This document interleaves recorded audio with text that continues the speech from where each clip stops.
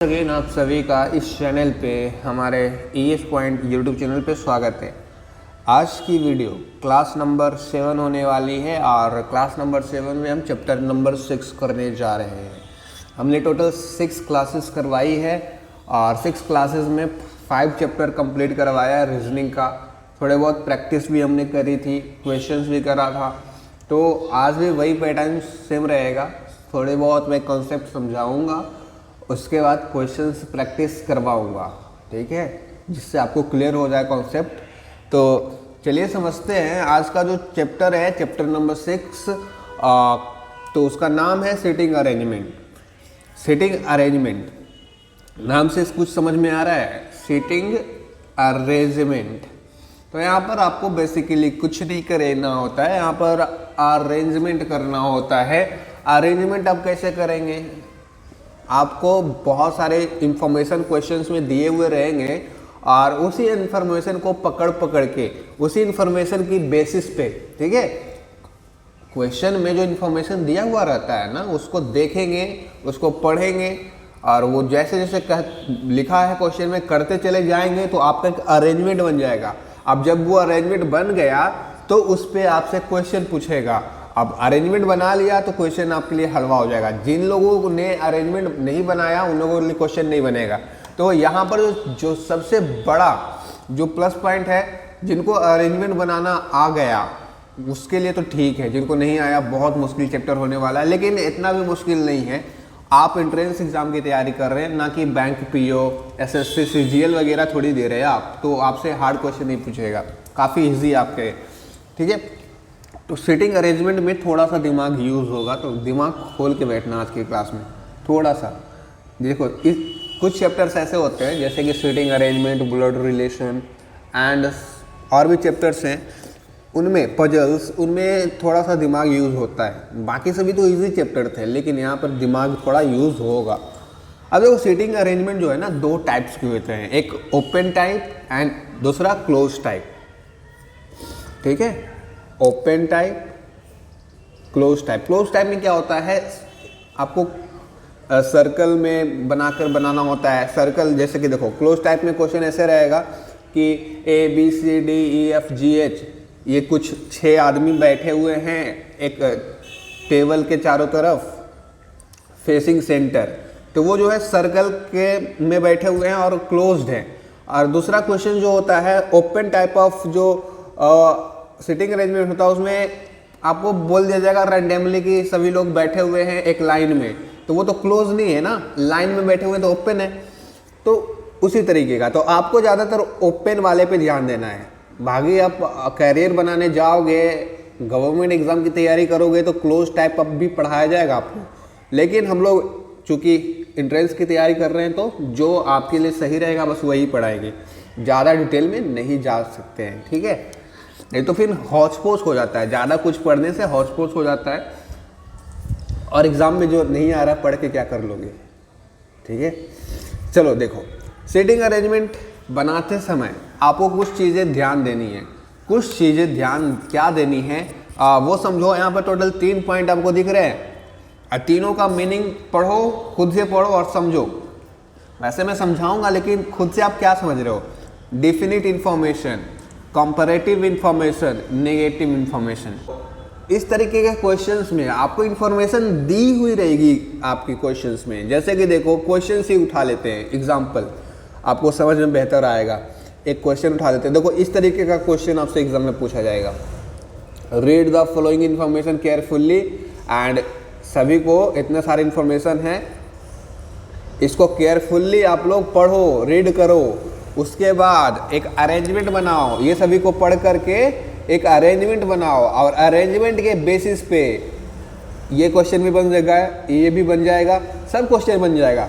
तो बस आपको कुछ नहीं करना है, आपको यहाँ पर क्वेश्चंस को पढ़ना है, क्या कह रहा है, और पढ़ लिया और एक अरेंजमेंट बनाओ। दम जैसे जैसे बोलते जा रहा है अरेंजमेंट बनाओ, अरेंजमेंट बन जाएगा। तो ये सब बाकी नीचे 4-5 क्वेश्चन एक के बार में निपट जाएगा। तो अरेंजमेंट बनाना सीखना है, ठीक है। चलिए सीखते हैं। तो देखो ये इस क्वेश्चन को देखोगे ना, तो इस क्वेश्चन में बहुत तरह के लैंग्वेजेस हैं, बहुत तरह के। इमीडिएट, राइट, नेवर, और भी है, राइट लेफ्ट है, तो यहाँ पर कभी कभी हु भी रहता है। तो कुछ ऐसे वर्ड्स हैं जो आपको उसका मीनिंग समझना है, ठीक है। अगर आप उसके मीनिंग को समझ लेते हैं ना तो आपको ये सभी, इमीडिएट मतलब क्या होता है, नेवर मतलब क्या होता है, ठीक है। मुझे पता है आप लोग को नेवर मतलब पता है पड़ोसी होता है, इमीडिएट मतलब जस्ट आगे वाला, लेकिन रीजनिंग के भाषा में थोड़ा सा मीनिंग डिफरेंट हो जाता है। तो सभी का मीनिंग हम लोग को अच्छे से समझते हैं पहले, ठीक है। उससे भी पहले हम लोग समझते हैं कि ये जो क्वेश्चंस रहता है, क्वेश्चंस में देखिए कितने पॉइंट अभी यहाँ पर हैं, 1 2 3 4 5 पॉइंट्स थे। अब पांचों 5 तरीके के पॉइंट मिलेंगे आपको, पांचों एक जैसे नहीं है, पांचों का जो मीनिंग है अलग अलग है। और इनको हम लोग क्या करते हैं, कैटेगरीज बनाते हैं। चलो देखो यहाँ पर ये क्वेश्चन देख लो एक बार, उसके बाद हम लोग ऊपर आएंगे। क्वेश्चन देख लेते हैं। A B C D E F G are sitting in a row facing north.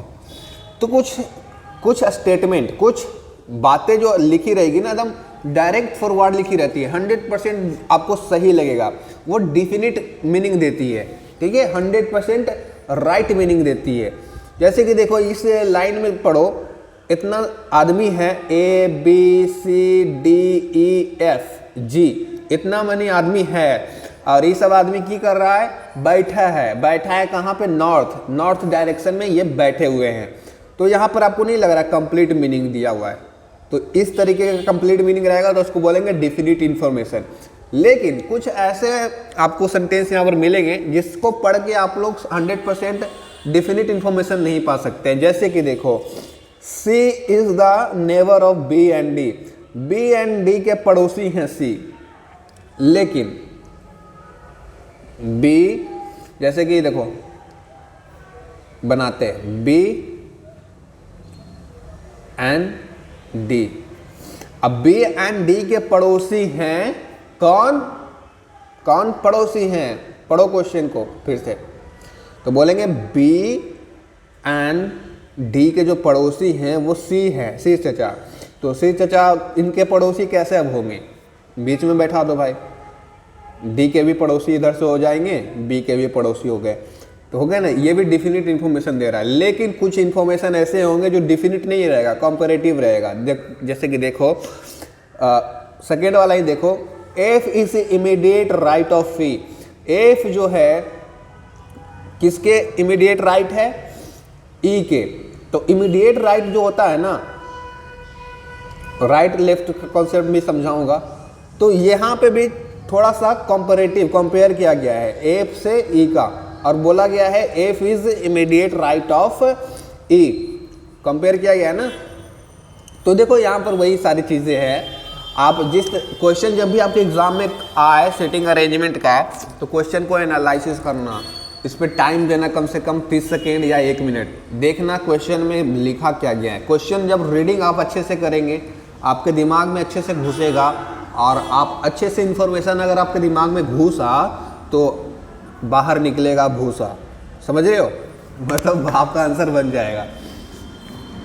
तो इन्फॉर्मेशन को कलेक्ट कौन करता है अच्छे से, पूरा उसी पे खेला है। आप कैसे खेलते हैं इस चैप्टर के साथ। चलो देखो, मैंने बोला जैसे कि क्वेश्चन आप पढ़ेंगे तो क्वेश्चन पे ध्यान देंगे तो 3 तरीके के आपको सेंटेंस मिलेंगे, 3 तरीके का। पहला डिफिनिट मीनिंग जो दे रहा होगा एकदम 100% वही होगा, राइट मीनिंग दे रहा होगा, ठीक है, उसमें कोई छेड़छाड़ नहीं। लेकिन कुछ ऐसे सेंटेंसेस भी मिलेंगे जिसमें कॉम्परेटिव इन्फॉर्मेशन मिल रही होगी, मतलब 100% सही नहीं है। अगर मैं बोल दूँ C के पड़ोसी हैं B, तो C के पड़ोसी हैं B, ये एक लाइन बना लेते हैं, यहाँ पर C बैठा हुआ है। अब बोल दिए C के पड़ोसी हैं B, तो आप C के पड़ोसी B हैं, तो B को कहाँ पर बैठाइएगा, बैठा देते हैं। बोलेंगे सर C के पड़ोसी B हो गए, दोनों बगल बगल में।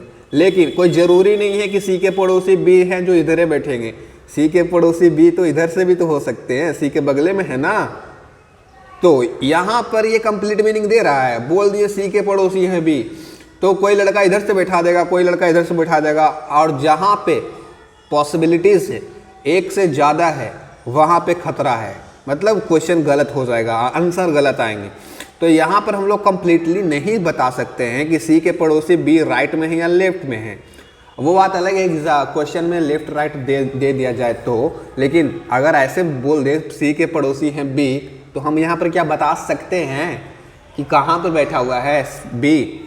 बी तो आगे भी बैठा रह सकता है, पीछे भी रह सकता है, तो यहाँ पर हम लोग नहीं बता सकते हैं। इसीलिए कुछ इंफॉर्मेशन कंपैरेटिव होते हैं, कंपेयर किया जाता है बी का पड़ोसी है सी, तो कंपैरेटिव हो गए, लेकिन 100% ट्रू नहीं होते। तो देखो वही वाली बातें लिखी गई है। इंग्लिश मीडियम वाले बच्चे इसको पढ़ लिए होंगे अभी तक। हिंदी मीडियम वाले बच्चे को तो मैं समझा ही रहा हूँ, हिंदी में ही बात कर रहा हूँ आप लोग से। थोड़ा बहुत बिहारी लैंग्वेज भी यूज़ हो जा रहा है बीच बीच में, वो हो जाता है, मेरे से हो जाता है, ठीक है। अब देखो सभी का मीनिंग लिखा गया है सामने में।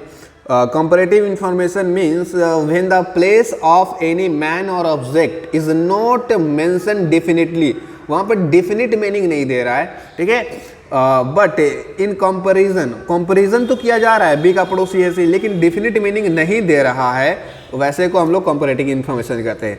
अब थर्ड टाइप का आता है, क्वेश्चन में इस तरह के भी सेंटेंसेस आपको मिलेंगे नेगेटिव इंफॉर्मेशन देने वाले। अब नेगेटिव इंफॉर्मेशन कैसे होता है? A negative information does not inform us anything exactly, ठीक है। अब नेगेटिव इंफॉर्मेशन जैसे कि कोई ऐसा इंफॉर्मेशन आपको दे दिया जाएगा जिससे आप पढ़ के कुछ नहीं समझ सकते हैं कि कौन क्या है, किधर बैठा हुआ है, लेकिन थोड़ा बहुत आपको क्वेश्चन अरेंजमेंट बनाने में हेल्प करता है ये नेगेटिव इंफॉर्मेशन। भले ही ये एग्जैक्टली आपको कुछ हेल्प नहीं करे, मीनिंग नहीं दे, एग्जैक्टली आपको इन्फॉर्मेशन नहीं दे पाए, लेकिन नेगेटिव इन्फॉर्मेशन जो दिया रहता है ना, वो आपको क्वेश्चन बनाने में थोड़ा सा हिंट प्रदान करता है, हिंट देता है, जिससे क्वेश्चन बनाना आसान पड़ जाता है। तो देखो तीनों इन्फॉर्मेशन आपको अरेंजमेंट बनाने में हेल्प करेंगे। तीनों तरह के आपको सेंटेंसेस क्वेश्चन में मिलेंगे। यहाँ पर ही देख लो ना, ये क्वेश्चन है, अब पहचानो। आप खुद से पहचानने की पहले कोशिश करो। क्वेश्चन बनाना अभी नहीं है आपको, क्वेश्चन बनाना अभी समझा क्या हो, समझेगा तब तो। पहले क्वेश्चन पहचानो, कौन डेफिनिट है, कौन कंपैरेटिव है एंड कौन नेगेटिव इंफॉर्मेशन दे रहा है। चलो देखो पहला सेंटेंस जब देखेंगे, A B C D E F G are sitting in a row facing north. कह रहा है ए बी सी डी इतना सारा आदमी है जी तक, वो जो बैठा हुआ है नॉर्थ है दिशा में, ठीक है, नॉर्थ फेस करके अपना सारों लाइन में बैठे हुए हैं, सिटिंग इन अ रो। रो मतलब तो समझते हो भाई, लाइन होता है, ठीक है। तो मान लेते इधर नॉर्थ है, तो नॉर्थ में सभी आराम से ऐसे बैठे हुए हैं एक एक करके, A B C D E F G है, ठीक है। लेकिन क्या आप यहाँ पर बता सकते हैं कि कौन किसके पीछे है, कौन किसके आगे है? आप बोलेंगे ए के पीछे बी है, नहीं, ए के पीछे सी भी हो सकता है, ए के आगे डी भी हो सकता है, लेकिन यहाँ पर आप नहीं बता सकते हैं कि ए के आगे कौन बैठा है।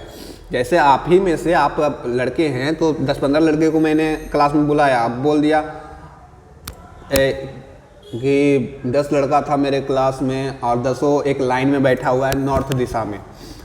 आपको दिखाएंगे नहीं, आपका आंख बंद रहेगा, आप क्या बता पाएंगे कि कौन किसके पीछे है? आपका आंख बंद कर दिया मैंने, अब क्या आप बता पाएंगे?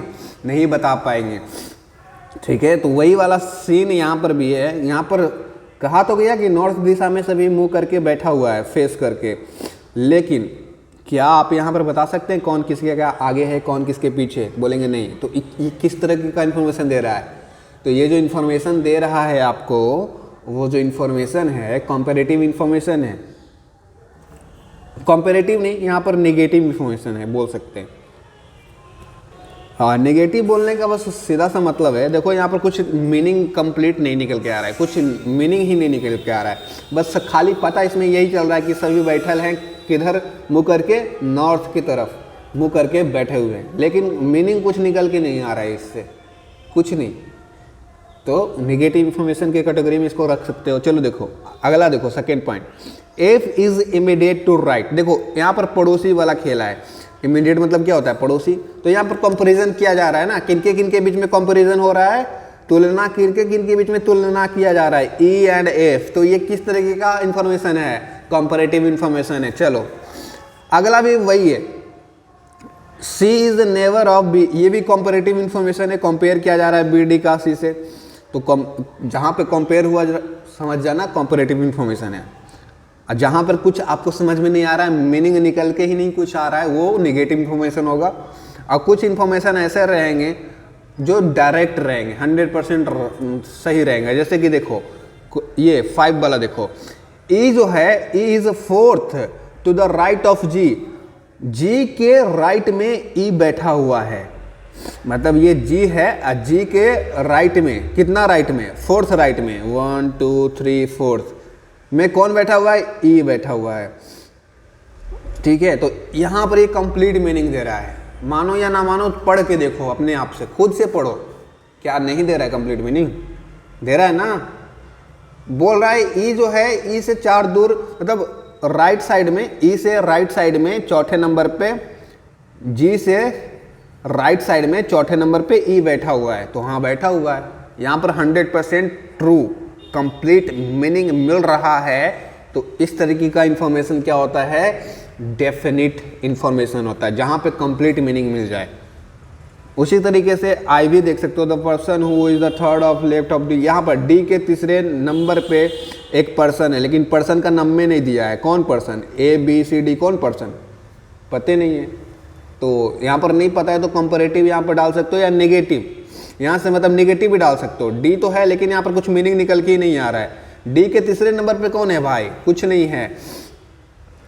और is one of the end, और इंड में भी कोई है लेकिन कौन, तो यहाँ पर आपको पहचानना पड़ेगा। जैसे मैंने देखो क्वेश्चन पढ़ेंगे तो अभी समझ में आएगा, प्रैक्टिस करना पड़ेगा। और एक सही बात बताऊं, इस तरीके का क्वेश्चन एग्जाम में आते छोड़ देना, कि काफ़ी टाइम लेता है। सभी क्वेश्चन कर लेना, तब लास्ट में इसको करना, सभी रीजनिंग के क्वेश्चन बना लेना ना, लास्ट में इस पे आना। शुरुआत में इसमें लेकर बैठ जाओगे ना, क्योंकि इसको समझना भी रहता है और समझने के बाद बनाना रहता है, तो इसको लास्ट में करना। सभी रीजनिंग के क्वेश्चन कर लेने के बाद लास्ट में ये वाला सॉल्व करना। चलो इस तरीके से समझना है। आई होप कॉन्सेप्ट क्लियर हो गया होगा। चलिए क्वेश्चन पे डायरेक्टली आते हैं। अब क्वेश्चन को कैसे अप्रोच करना है, कैसे एग्ज़ाम में कैसे डील करना है क्वेश्चन के साथ, अगर इस तरह के क्वेश्चन एग्जाम में आ जाए तो कैसे हम लोग बनाएंगे। तो सबसे पहले वही वाली बात है, सीटिंग अरेंजमेंट में अरेंजमेंट बनाओ। अरेंजमेंट कैसे बनाएं आप भैया, अरेंजमेंट इन सबको पढ़ के बनाओ, जैसे जैसे बोलते जा रहा है आप लोग वैसे वैसे करते जाओ। बोल रहा है पहला जो लाइन है A B C D E F G, जो है बैठा हुआ है सिटिंग इन अ रो, एक लाइन में बैठा हुआ है और नॉर्थ दिशा में बैठा हुआ है। तो नॉर्थ दिशा में बैठा दें, चलो इन लोगों को नॉर्थ दिशा में बैठाते हैं और एक रो बनाते हैं। सबसे पहले रो बनाओ। तो मैं कहूँगा आप लोग जो है ना पेन पेपर लेकर बैठा करें, ओके, पेन पेपर लेकर बैठा करें। एक रो बना दिया, लाइन बना लिया, ऐसे तरीके से लाइन बनाओ ना यार, सिंपल तो है। लाइन बनाया, चलो ठीक है। लाइन बनाने के बाद सभी को नॉर्थ पता है, नॉर्थ साउथ ईस्ट वेस्ट पता है ना। डायरेक्शन चैप्टर भी एक है आपका, नॉर्थ साउथ ईस्ट वेस्ट पे डायरेक्शन रीजनिंग का ही चैप्टर होता है, वहाँ पे भी पढ़ाएंगे। लेकिन नॉर्थ साउथ ईस्ट वेस्ट तो पता होगा, बहुत ही बच्चा वाला है। ऊपर नॉर्थ, नीचे साउथ, ठीक है, बाकी इधर ईस्ट वेस्ट। तो वही सबको एक लाइन रो बनाओ और नॉर्थ में मुँह करके सबको बैठाओ। तो टोटल कितने हैं पहले गिन लो, टोटल कितने पर्सन दिए रहते हैं वो गिनना। एग्ज़ाम में सबसे पहले आपको जो काम करना रहता है, टोटल कितने पर्सन हैं गिनना रहता है। क्या करना रहता है, गिनना रहता है। तो 1 2 3 4 5 6 टोटल 7 पर्सन है। तो 7 गो बनाते हैं नॉर्थ दिशा में, ऐसे करके बैठा देते हैं सबको। 3 हुआ, 4 5 6। देखिए हम मोबाइल पे पढ़ा रहे हैं तो अब थोड़ा सा राइट, हम लोग हाथ से लिखते हैं तो हाथ से लिखने में थोड़ा सा दिक्कत होता है, इसलिए बोलता हूँ आप लोग खुद से लिखो, ठीक है। आपके पास पेन है, कॉपी है, पेपर है, तो वहाँ से लिखो ना। तो इस तरीके से क्या किया हमने, जो है टोटल 7 ऊपर में गिना और 7 को बैठा दिया। अब कौन कहाँ पे बैठा हुआ है आप नहीं लिख सकते हैं। ए को आप यहाँ पर नहीं लिख सकते हैं, नहीं लिख सकते हैं। ए यहाँ पे भी बैठा हो सकता है, ये ए यहाँ पर भी हो सकता है, ठीक है, यहाँ पर भी ए बैठा हो सकता है, तो ए कहीं पे भी हो सकता है। तो ये हम लोग को कंप्लीट मीनिंग नहीं दे रहा है, तो कहीं पे भी ए आप नहीं बैठा देना अपने मन से, ठीक है, नहीं बैठाना अपने मन से। अब सबसे पहले आपको क्या करना था, आपको क्वेश्चन पढ़ना था और गिनना था कितने आदमी हैं, कितने आदमी हैं कालियाँ बताओ। तो आप बोलेंगे टोटल 7 आदमी हैं सर। तो यहाँ पर 7 आदमी थे ना, नॉर्थ दिशा में फेस करके बैठे हुए थे। अब 7 आदमी आप गिन लिए, तो ये पहला अप्रोच हुआ। सेकेंड अप्रोच आपको ढूंढना है, डेफिनेट इंफॉर्मेशन वाला ढूंढना है। सबसे पहले आपको खोजना है जो 100% सही मीनिंग दे रहा है, उसी से क्वेश्चन बनेगा। तो सबसे पहले खोजो कौन ऐसा पांचों में 1 2 3 पांचों में कौन ऐसा है जो डेफिनेट मीनिंग दे रहा है, कौन। आप तब तक खोजो, मैं तब तक कुछ और लिख लेता हूँ। पांचों में पता करो कौन डेफिनेट दे रहा है 100% सही। अब बहुत सारे लोग बोलेंगे 5, चलो ठीक है सही बोल रहे हो। चलो यहाँ पर समझो, लेफ्ट राइट भी कॉन्सेप्ट समझ लो। लेफ्ट राइट का कॉन्सेप्ट, लेफ्ट राइट का जो कॉन्सेप्ट होता है, इधर साइड जो होता है लेफ्ट होता है और इधर साइड राइट होता है, हमेशा याद रखना। लेफ्ट राइट भूलना नहीं। लेफ्ट इधर साइड होता है, लेफ्ट और राइट इधर साइड होता है, ठीक है। अब डेफिनेट इन्फॉर्मेशन आपने ढूंढ लिया। डेफिनेट इन्फॉर्मेशन ढूंढने के बाद उसको इम्प्लाई करो। इस लाइन में बोला गया है A is the 4th right of G. तो यहाँ पर सबसे पहले जी को उठाना है, ऑफ के बाद वाले, क्योंकि कंपैरिजन यहाँ पर किससे किया गया है, जी से।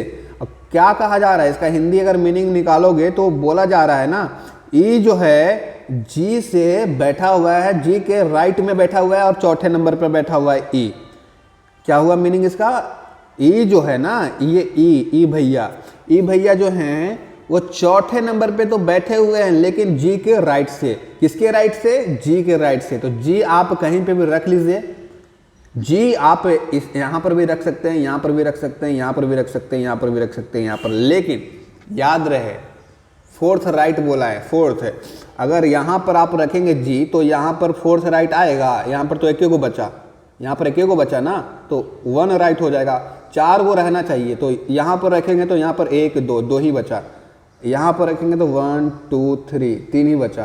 तो जी को ऐसा रखो जहाँ पर 4th राइट का कॉन्सेप्ट यूज हो जाए। तो जी को हम लोग यहाँ पर रख सकते हैं। यहाँ पर रखने के बाद जी के 4th राइट है 1 2 3 4, 4th राइट बचा। लेकिन क्वेश्चन में कुछ और भी है, क्वेश्चन में कुछ और भी है। देखो ध्यान से, मैं इसको इरेज कर रहा हूँ। आपको कुछ लिखना नहीं है, बस आपको रो बनाना था और ये सब आपको नहीं लिखना है, ठीक है। जी आपको नहीं लिखना है, आपको राइट एंड लेफ्ट लिखना है बस। फिर इसको मैं इरेज करता हूँ क्योंकि फिर से समझाना है मुझे, ठीक है। रिपीट करूँगा सारी चीज़ों को।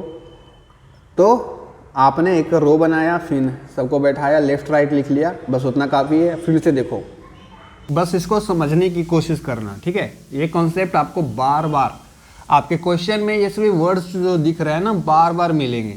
राइट, लेफ्ट, इमीडिएट, नेवर, ठीक है, या नेक्स्ट टू मिल सकता है, between, facing, opposite, who, while and what. ये सभी वर्ड छोटे छोटे हैं, लेकिन बहुत बड़े बड़े मीनिंग इसके होते हैं। मतलब मीनिंग डिसाइड करता है आपका क्वेश्चन जो बनेगा, वो ये बहुत हद तक डिसाइड करता है। अगर आपका इसका मीनिंग को नहीं समझ पाते हैं, मतलब ये होता क्या है और ये क्वेश्चन में कैसे किसी भी चीज़ को डिफाइन कर देता है, आसान बना देता है, तो इसको समझना बहुत ज़रूरी है।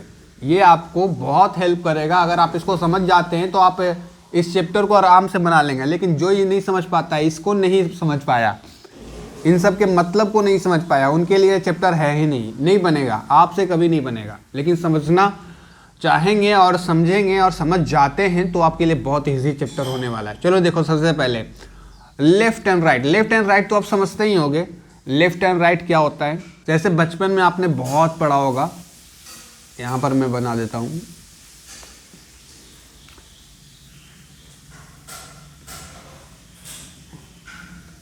नॉर्थ, नीचे में क्या होता है, नॉर्थ के अपोजिट साउथ। फिर इधर क्या होता है, ईस्ट या वेस्ट, जल्दी बताओ, ईस्ट या वेस्ट। आप बोलेंगे इधर होता है ईस्ट, तो इधर ईस्ट तो इधर वेस्ट। थोड़ा सा इसका यूज करूंगा इस कॉन्सेप्ट का। देखो, जब भी आपको राइट एंड लेफ्ट पता लगाना हो ना, कुछ मत करना, आप अपने फेस, आप अपने अकॉर्डिंग जो होगा नॉर्थ साउथ बना सकते हो या फिर राइट लेफ्ट पता कर सकते हो। जैसे अभी आप अगर सीधा खड़े हुए हो, ठीक है, अगर आप अभी सीधा खड़े हुए हो तो आपका जो राइट होगा आपकी कॉपी में भी वही राइट होगा। तो आपका राइट हैंड किधर है, जिधर भी होगा उधर ही राइट आप मार लीजिएगा। ओके, तो राइट जो होता है इधर होता है, ठीक है, और राइट का अपोजिट क्या होता है, लेफ्ट इधर होगा। तो ये सीधा खड़ा रहने पे, लेकिन आपका फेस अगर साउथ तरफ है, उल्टा है, यानी ये वाला, अगर आप उल्टा खड़े हैं, होता है ना उल्टा, सर केवल खड़े हैं, तो आपका राइट लेफ्ट चेंज हो जाएगा। राइट लेफ्ट ये अगर सीधा खड़े थे तब था, ठीक है, राइट लेफ्ट, लेकिन आप उल्टा खड़ा होके चेक करना, आपका जो राइट वाला हैंड है उधर चल जाएगा, मतलब चेंज हो जाता है। तो चेंज कर दो और क्या। अगर आपका जो डायरेक्शन है आप साउथ की तरफ फेस करे हुए हैं, तो देन इस कंडीशन में आपका जो राइट लेफ्ट होगा, क्या इधर राइट होगा, बोलेंगे नहीं, उल्टा हो जाता है, तो बोलेंगे इधर लेफ्ट हो जाएगा और इधर राइट हो जाएगा। तो ये वाली कॉन्सेप्ट बहुत यूज़ होने वाली है, तो ध्यान में रखिएगा, ठीक है, राइट एंड लेफ्ट का, ठीक है। ज़्यादातर आपके क्वेश्चन नॉर्थ वाले बनेंगे, इस पे बनेंगे, ठीक है, नॉर्थ वाले, साउथ वाले बहुत कम क्वेश्चन आपके एग्जाम में आएंगे, तो बस ध्यान रखना। चलो पहला समझ गए राइट लेफ्ट का कॉम्बिनेशन। अब आइए देखते हैं immediate, neighbour, next to. Neighbour मतलब क्या होता है, पड़ोसी होता है। इमीडिएट मतलब जस्ट बगल वाला, जस्ट। इमीडिएट मतलब इमीडिएट नेवर, तो समझ रहे हो, पड़ोसी। नेक्स्ट टू मतलब वही होता है, नेक्स्ट टू मतलब जैसे कि मैं बोला ए इज इमीडिएट टू बी, मतलब ए बी के एकदम इमीडिएट राइट में है, मतलब बी, ए बी दोनों बगल बगल में हैं, तो दोनों पड़ोसी हैं, ठीक है। फिर इसी चीज को मैंने बोला ए इज नेक्स्ट टू बी, तो इसका मतलब ये वही हुआ, ए इज नेक्स्ट टू बी, मतलब ए नेक्स्ट के बगल बगल में खड़ा है, तो मतलब ये भी पड़ोसी हुआ। तो देखो इमीडिएट नेवर अगर एग्जाम में मिले कोई सेंटेंस में, या नेक्स्ट टू मिले, दोनों का मतलब सेम ही होता है। चलो बिटवीन मतलब तो समझते हो, या बीच में, B is between of C and D, C and D के बीच में क्या है, बी है, ऐसे करके रहेगा क्वेश्चन में, तो बिटवीन तो काफी इजी था। चलो फेसिंग एंड अपोजिट क्या होता है। फेसिंग एंड अपोजिट जब आप क्लोज टाइप ऑफ पढ़ेंगे ना, क्लोज सिटिंग अरेंजमेंट पढ़ेंगे, वहां पर मैं आपको समझाऊंगा फेसिंग एंड अपोजिट। यहाँ पर अभी हम लोग ओपन स्टार्ट करने जा रहे हैं आज, तो ओपन में इसका यूज नहीं होगा। Facing and opposite, facing and opposite मतलब यही होता है, जिसके देखो वहां पर मैं अच्छे से समझाऊंगा, यहाँ पर शॉर्ट में समझाता हूँ। देखिए देखो अपोजिट कहना चाहेंगे तो जैसे कि यही पिक्चर देख लो, एन का अपोजिट कौन है, एन का अपोजिट एस है, सिंपल सा है, तो अपोजिट का तो समझते ही होंगे, अपोजिट टू। ऐसे ही दे देगा एग्जाम में के का अपोजिट पी, बोल देगा के का अपोजिट क्या है, तो पी है, इसी तरीके से रहता है। तो अपोजिट तो समझते होंगे, लेकिन फेसिंग आप तभी समझ पाएंगे जब आप close type of sitting arrangement पढ़ेंगे। चल जैसे कि देखिए ये मैंने एक सर्कल बनाया, अब बताना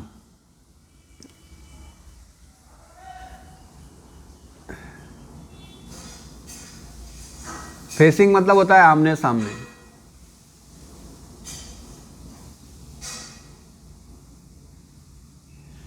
अब बताओ कौन इसमें से आमने सामने है, फेसिंग है, कौन फेसिंग है, फेसिंग कौन है, तो क्या ये और ये फेसिंग है, इसका फेस तो इधर है लेकिन इसका फेस इधर है, तो फेसिंग एक साइड नहीं है, इसका फेस इधर है लेकिन इसका फेस इधर होना चाहिए था ना, ऐसे होना चाहिए था, तब फेसिंग कहलाता, लेकिन ये तो उधर जा रहा है, भाग रहा है।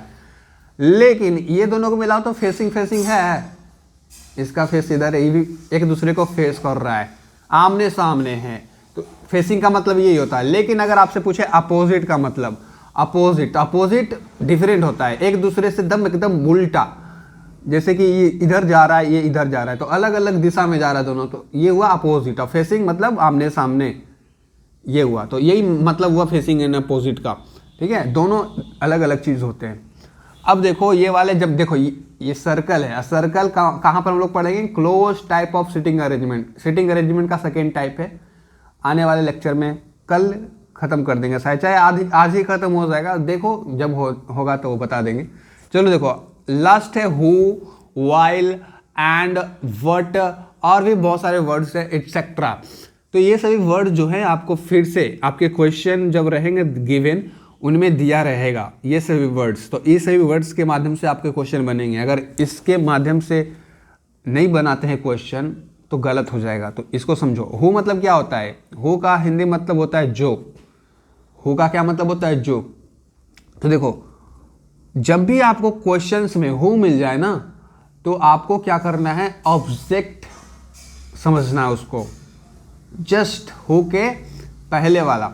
जैसे कि चलो हु, और जैसे कि यहाँ पर पहले समझ लो हु सेकेंड पर्सन को शो करता है, एंड बाकी हु को छोड़ करके while, and, what, and etcetera जितने भी हैं वो फर्स्ट पर्सन को डिनोट करता है। तो ये समझ गए। अब इसको ज़्यादा बेहतर समझने के लिए अब एग्जाम्पल का सहारा मैं ले रहा हूँ, आपको ज़्यादा अच्छा से समझेगा। देखो इन दोनों को पढ़ो, इन दोनों में पढ़ो, कुछ अंतर आपको दिख रहा है, बताओ। A is sitting third to the right of B. Fine. Who is the immediate left of C. पहला स्टेटमेंट ये है। अब दूसरा देखो, A is sitting third to the right of B and is immediate left of C. अब इन दोनों में कुछ एक चीज आपको डिफरेंट मिलेगा। यहाँ पर हु यूज किया गया है, यहाँ पर एंड यूज किया गया है, बाकी सभी सेंटेंस पूरा सेम टू सेम है, बस एक ही चीज अंतर है, हु एंड का। तो मैंने क्या कहा, हु के केस में आपको सेकेंड पर्सन क्या होता है, ऑब्जेक्ट को आपको यूज करना है। और हु को छोड़ करके कोई भी आ जाए, एंड भी आ जाए या बट आ जाए या वाइल आ जाए या कुछ भी आ जाए, आपको क्या यूज करना है, फर्स्ट पर्सन पे ध्यान देना है, यानी सब्जेक्ट पे ध्यान देना है। तो पहला था हु, पहले सेंटेंस में देखो यहाँ पर हु है ना, क्या है, हु। तो यहाँ पर हम लोग क्या यूज करने जा रहे हैं, तो हु को पकड़ते हैं। हु का हिंदी मतलब होता है जो।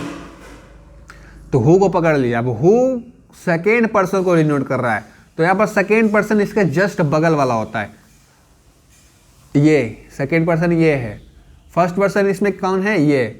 लेकिन यहाँ पर तो हु था और हु सेकेंड पर्सन को पकड़ता है, तो सेकेंड पर्सन को ये पकड़ लिया, ऑब्जेक्ट को। यानी सेंटेंस का ऑब्जेक्ट क्या है, ये सब्जेक्ट है, ये ऑब्जेक्ट है, तो ऑब्जेक्ट को पकड़ता है।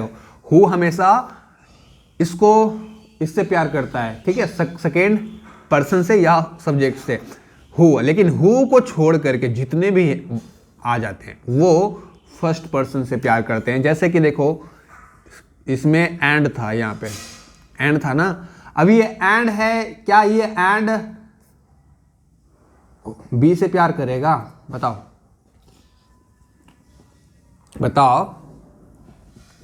क्या ऑब्जेक्ट से एंड किसको डिनोट कर रहा है, ऑब्जेक्ट को, सेकेंड पर्सन को, तो बोलेंगे नहीं। एंड यहाँ पर है, एंड फर्स्ट पर्सन को डिनोट करेगा, तो फर्स्ट पर्सन होता है सब्जेक्ट कौन सा है, इस सेंटेंस का सबसे शुरू वाला सब्जेक्ट होता है। तो देखो, तो एंड हो या यहाँ पर वाइल दे दे या यहाँ पर बट दे दे, ये हमेशा आपको फर्स्ट पर्सन को डिनोट करता है। लेकिन जहाँ पर हु दिख जाए सेकेंड पर्सन को डिनोट करेगा, ठीक है, इसको बी को।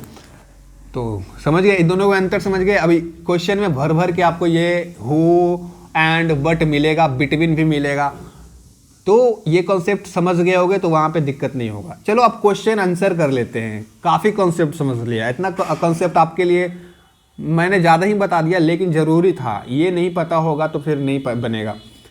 अब क्वेश्चन आते हैं, क्वेश्चन प्रैक्टिस करते हैं, क्योंकि एट द एंड आप कितना भी पढ़ लो, जब तक प्रैक्टिस नहीं करोगे ना, व्यर्थ है सब पढ़ना, सब बकवास हो जाएगा। तो प्रैक्टिस ज़रूरी है। मैंने बोला जैसे कि क्वेश्चन आप पढ़ेंगे तो क्वेश्चन पे ध्यान देंगे तो 3 तरीके के आपको सेंटेंस मिलेंगे, 3 तरह का। पहला डेफिनिट मीनिंग जो दे रहा होगा एकदम 100% वही होगा, राइट मीनिंग दे रहा होगा, ठीक है, उसमें कोई छेड़छाड़ नहीं। लेकिन कुछ ऐसे सेंटेंसेस भी मिलेंगे जिसमें कॉम्परेटिव इन्फॉर्मेशन मिल रही होगी, मतलब 100% सही नहीं है। अगर मैं बोल दूँ सी के पड़ोसी हैं बी, तो सी के पड़ोसी हैं बी, ये एक लाइन बना लेते हैं, यहाँ पर सी बैठा हुआ है। अब बोल दिए सी के पड़ोसी हैं बी, तो आप सी के पड़ोसी बी हैं तो बी को कहाँ पर बैठाइएगा, बैठा देते हैं। बोलेंगे सर सी के पड़ोसी बी हो गए, दोनों बगल बगल में, लेकिन कोई ज़रूरी नहीं है कि सी के पड़ोसी बी हैं जो इधर ही बैठेंगे। सी के पड़ोसी बी तो इधर से भी तो हो सकते हैं, सी के बगले में है ना। तो यहाँ पर ये कंप्लीट मीनिंग दे रहा है, बोल दिए सी के पड़ोसी हैं बी, तो कोई लड़का इधर से बैठा देगा, कोई लड़का इधर से बैठा देगा, और जहाँ पे पॉसिबिलिटीज है एक से ज़्यादा है वहाँ पे खतरा है, मतलब क्वेश्चन गलत हो जाएगा, आंसर गलत आएंगे। तो यहाँ पर हम लोग कंप्लीटली नहीं बता सकते हैं कि सी के पड़ोसी बी राइट में है या लेफ्ट में है।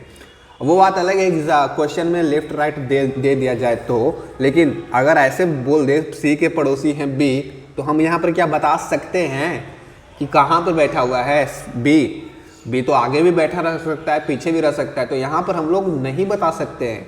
इसीलिए कुछ इन्फॉर्मेशन कंपैरेटिव होते हैं, कंपेयर किया जाता है, बी का पड़ोसी है सी तो कंपैरेटिव हो गए, लेकिन 100% ट्रू नहीं होते। तो देखो वही वाली बातें लिखी गई है, इंग्लिश मीडियम वाले बच्चे इसको पढ़ लिए होंगे अभी तक, हिंदी मीडियम वाले बच्चे को तो मैं समझा ही रहा हूँ, हिंदी में ही बात कर रहा हूँ आप लोग से, थोड़ा बहुत बिहारी लैंग्वेज भी यूज़ हो जा रहा है बीच बीच में, वो हो जाता है, मेरे से हो जाता है, ठीक है। अब देखो सभी का मीनिंग लिखा गया है सामने में। Comparative information means when the place of any man और object is not mention definitely, वहाँ पर डेफिनेट मीनिंग नहीं दे रहा है, ठीक है। बट इन कंपैरिजन तो किया जा रहा है, बी का पड़ोसी है सी, लेकिन डेफिनेट मीनिंग नहीं दे रहा है, वैसे को हम लोग कंपैरेटिव इंफॉर्मेशन कहते हैं। अब थर्ड टाइप का आता है, क्वेश्चन में इस तरह के भी सेंटेंसेस आपको मिलेंगे नेगेटिव इंफॉर्मेशन देने वाले। अब नेगेटिव इंफॉर्मेशन कैसे होता है, a negative information does not inform us anything exactly, ठीक है। अब नेगेटिव इंफॉर्मेशन जैसे कि कोई ऐसा इंफॉर्मेशन आपको दे दिया जाएगा जिससे आप पढ़ के कुछ नहीं समझ सकते हैं कि कौन क्या है, किधर बैठा हुआ है, लेकिन थोड़ा बहुत आपको क्वेश्चन अरेंजमेंट बनाने में हेल्प करता है ये नेगेटिव इंफॉर्मेशन। भले ही ये एग्जैक्टली आपको कुछ हेल्प नहीं करे, मीनिंग नहीं दे, एग्जैक्टली आपको इन्फॉर्मेशन नहीं दे पाए, लेकिन नेगेटिव इन्फॉर्मेशन जो दिया रहता है ना, वो आपको क्वेश्चन बनाने में थोड़ा सा हिंट प्रदान करता है, हिंट देता है, जिससे क्वेश्चन बनाना आसान पड़ जाता है। तो देखो तीनों इन्फॉर्मेशन आपको अरेंजमेंट बनाने में हेल्प करेंगे, तीनों तरह के आपको सेंटेंसेस क्वेश्चन में मिलेंगे। यहाँ पर ही देख लो ना, ये क्वेश्चन है, अब पहचानो, आप खुद से पहचानने की पहले कोशिश करो। क्वेश्चन बनाना अभी नहीं है आपको, क्वेश्चन बनाना अभी समझा क्या हो, समझेगा तब तो। पहले क्वेश्चन पहचानो, कौन डेफिनिट है, कौन कंपैरेटिव है एंड कौन नेगेटिव इंफॉर्मेशन दे रहा है। चलो देखो पहला सेंटेंस जब देखेंगे, A B C D E F G are sitting in a row facing north, कह रहा है ए बी सी डी इतना सारा आदमी है जी तक, वो जो बैठा हुआ है नॉर्थ है दिशा में, ठीक है, नॉर्थ फेस करके अपना सारों लाइन में बैठे हुए हैं, सिटिंग इन अ रो मतलब तो समझते हो भाई लाइन होता है, ठीक है। तो मान लेते इधर नॉर्थ है, तो नॉर्थ में सभी आराम से ऐसे बैठे हुए हैं एक एक करके, A B C D E F G है, ठीक है। लेकिन क्या आप यहाँ पर बता सकते हैं कि कौन किसके पीछे है, कौन किसके आगे है? आप बोलेंगे ए के पीछे बी है, नहीं, ए के पीछे सी भी हो सकता है, ए के आगे डी भी हो सकता है, लेकिन यहाँ पर आप नहीं बता सकते हैं कि ए के आगे कौन बैठा है। जैसे आप ही में से आप लड़के हैं तो 10-15 लड़के को मैंने क्लास में बुलाया, आप बोल दिया कि 10 लड़का था मेरे क्लास में और 10 एक लाइन में बैठा हुआ है नॉर्थ दिशा में, आपको दिखाएंगे नहीं, आपका आंख बंद रहेगा, आप क्या बता पाएंगे कि कौन किसके पीछे है? आपका आंख बंद कर दिया मैंने, अब क्या आप बता पाएंगे? नहीं बता पाएंगे, ठीक है। तो वही वाला सीन यहाँ पर भी है। यहाँ पर कहा तो गया कि नॉर्थ दिशा में सभी मुंह करके बैठा हुआ है, फेस करके, लेकिन क्या आप यहाँ पर बता सकते हैं कौन किसके क्या आगे है, कौन किसके पीछे? बोलेंगे नहीं। तो ये किस तरह का इन्फॉर्मेशन दे रहा है? तो ये जो इन्फॉर्मेशन दे रहा है आपको, वो जो इन्फॉर्मेशन है कंपैरेटिव इन्फॉर्मेशन है, कंपैरेटिव नहीं, यहाँ पर नेगेटिव इन्फॉर्मेशन है बोल सकते हैं। नेगेटिव बोलने का बस सीधा सा मतलब है, देखो यहाँ पर कुछ मीनिंग कंप्लीट नहीं निकल के आ रहा है, कुछ मीनिंग ही नहीं निकल के आ रहा है, बस खाली पता इसमें यही चल रहा है कि सभी बैठल हैं किधर, मुँह करके नॉर्थ की तरफ, मुंह करके बैठे हुए हैं, लेकिन मीनिंग कुछ निकल के नहीं आ रहा है इससे, कुछ नहीं। तो निगेटिव इंफॉर्मेशन के कैटेगरी में इसको रख सकते हो। चलो देखो अगला, देखो second point, F is immediate to right. देखो यहाँ पर पड़ोसी वाला खेला है। इमीडिएट मतलब क्या होता है? पड़ोसी। तो यहाँ पर कंपैरिजन किया जा रहा है ना, किन के बीच में कंपैरिजन हो रहा है? तुलना, किन के बीच में तुलना किया जा रहा है? E and F. तो ये किस तरीके का इंफॉर्मेशन है? कंपैरेटिव इंफॉर्मेशन है। चलो अगला भी वही है, C is never of B. ये भी कंपैरेटिव इंफॉर्मेशन है, कंपेयर किया जा रहा है बी डी का सी से। तो जहाँ पे कंपेयर हुआ समझ जाना कंपैरेटिव इंफॉर्मेशन है। और जहाँ पर कुछ आपको समझ में नहीं आ रहा है, मीनिंग निकल के ही नहीं कुछ आ रहा है, वो नेगेटिव इंफॉर्मेशन होगा। और कुछ इंफॉर्मेशन ऐसे रहेंगे जो डायरेक्ट रहेंगे, 100% सही रहेंगे। जैसे कि देखो ये 5 वाला देखो, ई जो है, E is fourth to the right of G. G के राइट में ई बैठा हुआ है, मतलब ये जी है, जी के राइट में, कितना राइट में? फोर्थ राइट में, 1 2 3 फोर्थ में कौन बैठा हुआ है? ई बैठा हुआ है। ठीक है, तो यहां पर ये कंप्लीट मीनिंग दे रहा है। मानो या ना मानो, पढ़ के देखो अपने आप से, खुद से पढ़ो। क्या नहीं दे रहा है कंप्लीट मीनिंग? दे रहा है ना। बोल रहा है ई जो है, ई से 4 दूर, मतलब जी से राइट साइड में चौथे नंबर पे ई बैठा हुआ है। तो हाँ बैठा हुआ है। यहाँ पर 100% ट्रू कंप्लीट मीनिंग मिल रहा है। तो इस तरीके का इंफॉर्मेशन क्या होता है? डेफिनिट इंफॉर्मेशन होता है, जहाँ पे कंप्लीट मीनिंग मिल जाए। उसी तरीके से आई भी देख सकते हो, the person who is the third of left of D. यहाँ पर डी के तीसरे नंबर पे एक पर्सन है, लेकिन पर्सन का नाम में नहीं दिया है। कौन person? A B C D, कौन पर्सन? पता नहीं है। तो यहाँ पर नहीं पता है तो कंपैरेटिव यहाँ पर डाल सकते हो, या नेगेटिव, यहाँ से मतलब नेगेटिव भी डाल सकते हो। डी तो है, लेकिन यहाँ पर कुछ मीनिंग निकल के ही नहीं आ रहा है। डी के तीसरे नंबर पे कौन है भाई? कुछ नहीं है। और is one of the end, और इंड में भी कोई है, लेकिन कौन? तो यहाँ पर आपको पहचानना पड़ेगा। जैसे मैंने, देखो क्वेश्चन पढ़ेंगे तो अभी समझ में आएगा, प्रैक्टिस करना पड़ेगा। और एक सही बात बताऊं, इस तरीके का क्वेश्चन एग्जाम में आते छोड़ देना, कि काफ़ी टाइम लेता है। सभी क्वेश्चन कर लेना, तब लास्ट में इसको करना। सभी रीजनिंग के क्वेश्चन बना लेना ना, लास्ट में इस पे आना। शुरुआत में इसमें लेकर बैठ जाओगे ना, क्योंकि इसको समझना भी रहता है और समझने के बाद बनाना रहता है। तो इसको लास्ट में करना, सभी रीजनिंग के क्वेश्चन कर लेने के बाद लास्ट में ये वाला सॉल्व करना।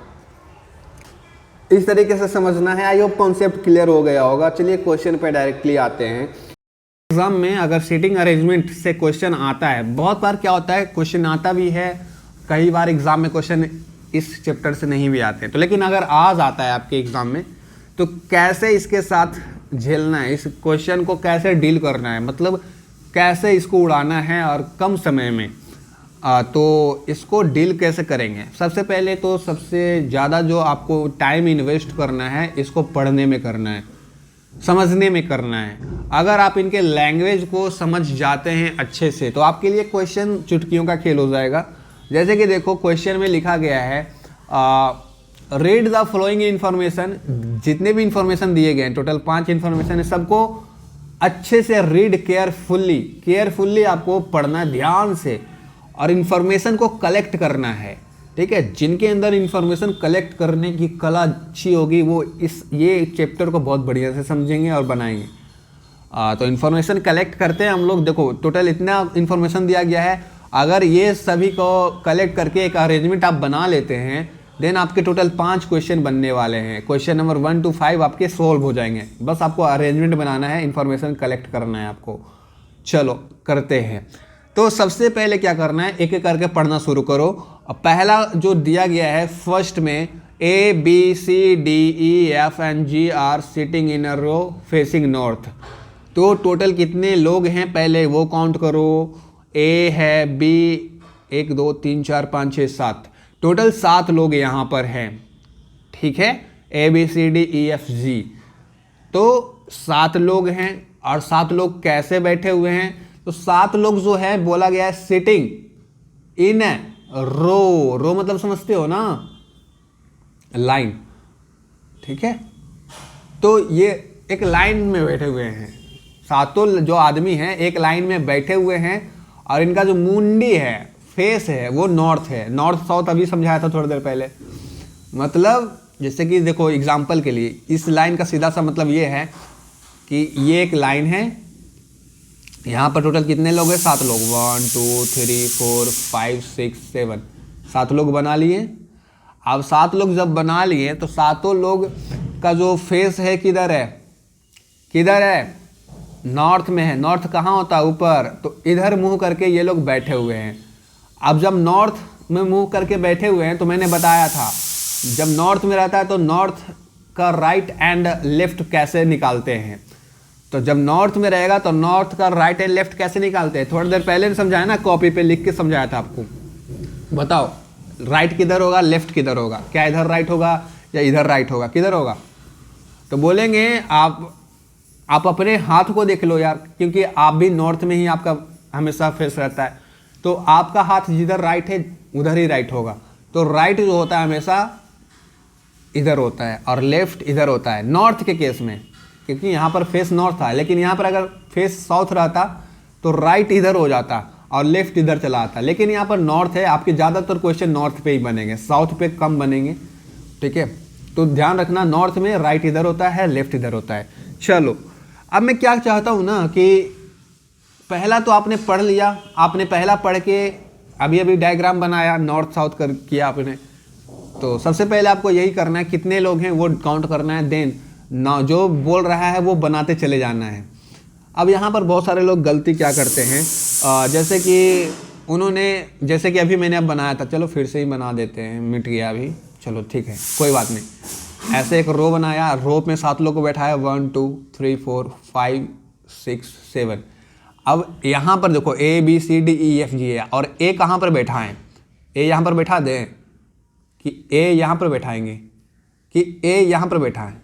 ए तो कहीं पे भी बैठा हो सकता है ना यार, जरूरी थोड़ी है कि ए पहले नंबर पे बैठेगा, ए तीसरे नंबर पे भी हो सकता है। तो इस तरीके के क्वेश्चन में अपने मन से मनमानी आपको नहीं करना है। सब क्या बोले हमने, मनमानी नहीं करना है। आपका मन कर रहा है कि ए को बैठाना चाहिए नंबर 1 पे, तो आपके मन से नहीं बनेगा, ठीक है। ए कहीं पे भी बैठा हो सकता है, कहीं पे भी, फर्स्ट पे भी हो सकता है, सेकेंड थर्ड, कोई भी पोजीशन पे बैठा हो सकता है। तो ए को आपको खुद से नहीं बैठाना है, खुद से बैठाओगे तो गलत हो जाएगा। तो आपको कुछ छेड़छाड़ नहीं करना है। चलो कॉपी पे समझते हैं, इसको ज़्यादा बेहतर से समझोगे, कॉपी पे आइए, ठीक है। इस क्वेश्चन को एक बार नोट डाउन कर लो स्क्रीनशॉट लेके यार, तो क्वेश्चन को लिख लो एक बार वीडियो पॉज करके, ओके। चलिए कॉपी पे अब समझते हैं इसके सॉल्यूशन को। मेरे हिसाब से आपने क्वेश्चंस लिख लिए होंगे। चलिए पेज को हम लोग सारे पेज पे कन्वर्ट करते हैं, ठीक है, आपको ज़्यादा बेहतर समझ में आएगा। क्वेश्चन लिख लिया है ना, नहीं लिखोगे तो आप अपना लॉस कर रहे हो, ठीक है। वैसे क्वेश्चन में कोशिश करूँगा कि कोने में लगा दूँ। चलो अब क्वेश्चन को पढ़ना शुरू करो। तो पहला स्टेटमेंट हमने पढ़ा था, पहला स्टेटमेंट में क्या लिखा हुआ था, ABCDEFG 7 लोग थे, 7 लोग बैठे हुए थे एक रो में, उनका फेस नॉर्थ था। तो पहला स्टेटमेंट तो हमने अच्छे से पढ़ लिया था, ठीक है, पहला स्टेटमेंट हमने कर लिया। सबसे पहले आपको क्या करना है, इस तरीके के क्वेश्चन में सबसे पहले आपको डिफिनिट वाला खोजना है। डिफिनिट मीनिंग कौन दे रहा है, वो वाले सेंटेंस को पकड़ो, डिफिनिट वाला कंप्लीट हो जाए, उसके बाद आपको कौन से को पकड़ना है, उसके बाद आपको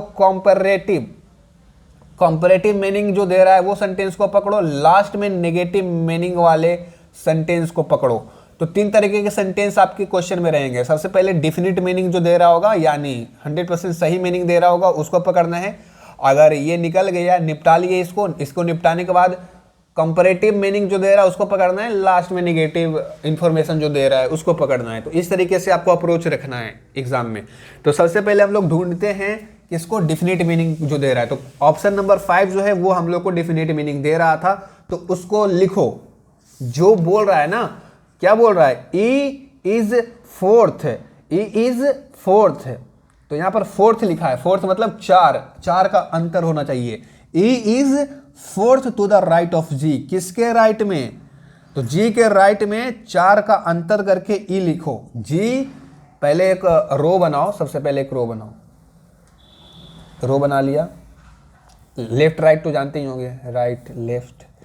रो बना लिया। अब जो कह रहा है वो लिखो। बोल रहा है E is fourth to the right of G। Of के बाद क्या है? G है, तो सबसे पहले G लिखेंगे। G को कहीं पे भी लिख लो, G लिख लिया। अब G के बोल रहा है कितने राइट में? 4 का अंतर है, फोर्थ राइट। 1 2 3 4। G के फोर्थ राइट में क्या है? E है। लिख लिया। पहला स्टेटमेंट डिफिनिट मीनिंग दे रहा था तो इसको हमने बनाया। चलो इसको एज इट इज छोड़ दो। अब अगले को खोजो। अगला कोई ऐसा सेंटेंस है जो डिफिनिट इंफॉर्मेशन आपको प्रोवाइड कर रहा है। कोई ऐसा सेंटेंस खोजो, पांचों में कोई ऐसा। तो बोलेंगे आप सेकेंड नंबर का जो इंफॉर्मेशन दिया गया है, सेकेंड ऑप्शन F वाला, F is immediate right of E। F is immediate, तो एक फिर से बनाओ रो। बनाया। अब बोल रहा है F is immediate right of E। चलो, मतलब F is immediate right. Immediate मतलब क्या होता है? पड़ोसी। इमीडिएट के साथ क्या लगा दिया? राइट। तो इमीडिएट राइट, तो इमीडिएट भी होना चाहिए और राइट भी होना चाहिए। तो हम लोग क्या करते हैं? F is immediate right of E। Of के बाद क्या है? E है, E लिख लेते हैं। और इसके इमीडिएट राइट में कौन है? राइट इधर होता है, तो इमीडिएट राइट में कौन है? F है। तो ये भी बन गया। चलो, ये दोनों डिफिनिट मीनिंग दे रहा था तो डिफिनिट मीनिंग वाले को पकड़ लिया। अब कुछ ऐसे वर्ड आपको मिलेंगे जो डिफिनिट मीनिंग नहीं दे रहे हैं, मतलब कॉम्परेटिव मीनिंग आपको देंगे ये वाले। ठीक है, ये वाला निपटा दिया हमने। 2 सेंटेंस ऐसा हमको मिला जो डिफिनिट मीनिंग दे रहा था। अब कॉम्परेटिव मीनिंग देने वाले सेंटेंस आपको मिलेंगे। ऑप्शंस को पढ़ना शुरू करो। तो ऑप्शंस को आप जब पढ़ेंगे तो ऑप्शन नंबर 3 को देखो। ऑप्शन नंबर 3 को देखो, लिखा गया है E is fourth to the right of G। ये तो हमने कर लिया ना। ऑप्शन नंबर और कौन सा है? ऑप्शन नंबर, अब आप क्या करें? ऑप्शन नंबर 2 को देखें। 2 नहीं, जो D वाला है ना, ऑप्शन नंबर 3। ऑप्शन नंबर 3 में भी कहीं ना कहीं कंप्लीट मीनिंग दे रहा है, लेकिन पूरी तरीके से नहीं। जैसे कि देखो, लिखा गया है C is the neighbour of B and D। तो फिर से एक बना लेते हैं। ठीक है, C is the neighbour of B and D। B and D का पड़ोसी है C। B एंड D का क्या पड़ोसी कौन सा है? C है। ठीक है, तो बना लेते हैं। जैसे कि B एंड D का पड़ोसी C है, तो अब पड़ोसी बनाने के लिए C को कहाँ पर रखना पड़ेगा? बताओ। ऐसी जगह रखो जिससे B का भी पड़ोसी रहे एंड D का भी पड़ोसी रहे, तो बीच में रख देते हैं। ठीक है, C होगा यहाँ पे, तो बीच में रख दिए ना। तो देखो, B का भी पड़ोसी हो गया, इधर से C का भी पड़ोसी हो गया, तो इसको बीच में रखना है। तो जब भी आप, अभी देखो हम लोग टुकड़ों में बना रहे हैं, एक साथ फिर हम इनको को मिला देंगे, तीनों को, फिर एक सब आ जाएगा, टोटल 7 को एक में रिप्रेजेंट कर देंगे। ठीक है, अभी टुकड़ों में बना रहे हैं बस समझने के लिए। तो ये था 3 ऑप्शन हमने बना लिया। ये हम लोगों को क्या दे रहा था? कंपैरेटिव इंफॉर्मेशन टाइप कुछ दे रहा था, मतलब कंप्लीट मीनिंग नहीं था एक तरीके से। अब आगे देखो, अब अगला देखो, नेक्स्ट जो है बच जाता है आपका ये सबसे लंबा वाला ऑप्शन नंबर 4 दिया गया है the person who is third. यहाँ पर थर्ड लिखा गया, मतलब 3 का अंतर होगा। तो लिखा गया the person who is the third of the left of D is one of the end. ठीक है, जो भी यहाँ पर पर्सन की बात करी गई है, द पर्सन, यहाँ पर देखो लिखा गया द पर्सन, नाम नहीं मेंशन है, सिर्फ लिख दिया द पर्सन। तो यहाँ पे लिखा गया the person who is a third. वो पर्सन और D के बीच में कितना का अंतर होना चाहिए? 3 का अंतर होना चाहिए। थर्ड है ना यहाँ पे, और लिखा गया third to the left of D। चलिए इसको बनाते हैं, ज़्यादा बेहतर समझ में आएगा आपको। यहाँ पर बना लें, फिर से एक रो बनाते हैं। इधर लेफ्ट है, सॉरी राइट है, इधर लेफ्ट है। बोल रहा है द पर्सन, पर्सन का तो नाम नहीं याद है, तो पर्सन को हम लोग कुछ मान लेते हैं, चलो मान लेते ये पर्सन। अब देखो पर्सन तो दिया नहीं है लिखा, लेकिन कहा साफ साफ लिखा the person who is the third to the third at the left of D. मतलब टोटल 7 थे, टोटल कितने थे? 7 थे।